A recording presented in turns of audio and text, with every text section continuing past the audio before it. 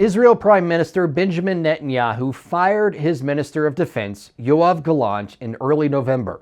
The move means there's no real opposition left to Netanyahu in the governing coalition, leaving many Israeli citizens to wonder when the wars in Gaza and Lebanon will end. Avi Melamed is a former Israeli intelligence officer and hostage negotiator. He's an author now, and I've spoken to him several times over the course of the war in Gaza. He correctly predicted some of the actions taken by the Israeli military, including the measured responses to Iran's 2 missile attacks. Concerning Gallant's firing, Melamed says it didn't really surprise anyone in Israel. I think that they both understood that they forced a cooperation to a large extent has come to an end.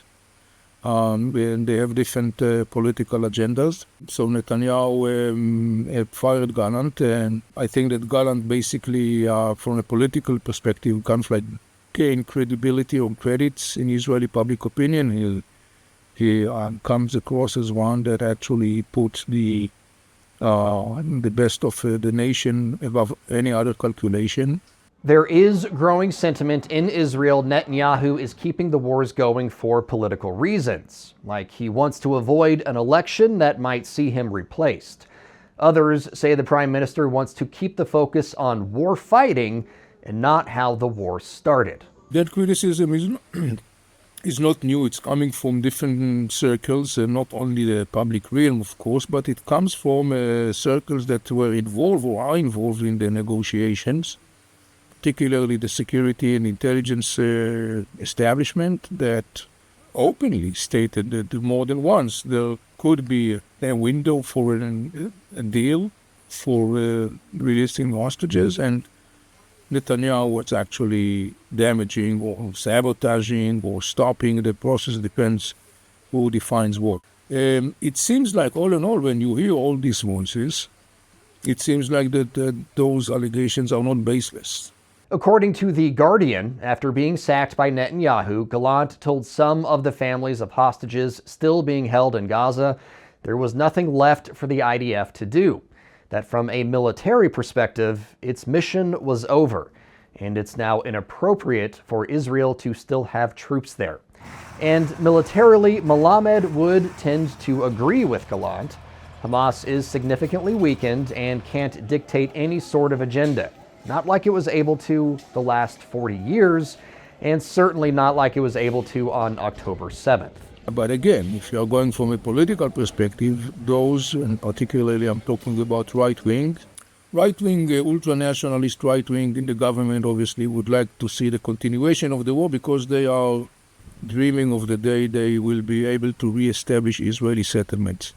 Netanyahu, from a political perspective, has an interest in endurance of the war as of now, until some new circumstances will arise where Netanyahu will decide that now it's time to announce a triumph, ultimate triumph, an ultimate victory. But will the far right's move be embraced by Israel's allies, specifically the United States? Israel's finance minister did say now that President-elect Trump is set to take the White House again, Israel should look to extend its sovereignty to the West Bank. And there are growing calls in Israel's far right to annex the Gaza Strip as well. Melamed says there's reason to believe, however, a second Trump term won't be a carbon copy of the first. Because it's about Trump's legacy.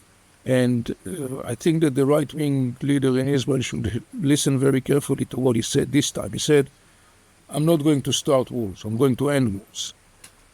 Which is a very strong message. It didn't come from Trump in the previous time.